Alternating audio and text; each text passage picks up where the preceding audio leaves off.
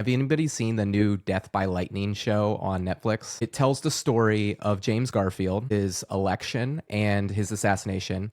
It's the Republican National Convention. Ulysses S. Grant is the favorite, but he doesn't have enough votes to win the nomination. He's being challenged by John Sherman and James G. Blaine. Neither of these candidates are wildly popular, and it's a split vote. Nobody can get to the number that they need to get to win. Blaine and Sherman are trying to stop Grant from winning because Roscoe Conkling and the corrupt faction in New York and the way that they use the spoils system is a really big problem. They want reform, but they have no path to victory. James Garfield comes to the convention to give a speech to nominate John Sherman, and he electrifies the crowd. And I think the show does a great job of illustrating this. Eventually, people start voting for Garfield. It's upsetting to Garfield. He's like, I didn't come here to be president. I came here to nominate John Sherman. And ballot after ballot after ballot, the vote is deadlocked. And eventually, somebody votes 17 votes for Garfield. And within a few more ballots, all of a sudden, Garfield is now the Republican nominee. And so why this story is really important is because I knocked a lot of doors and I asked people like,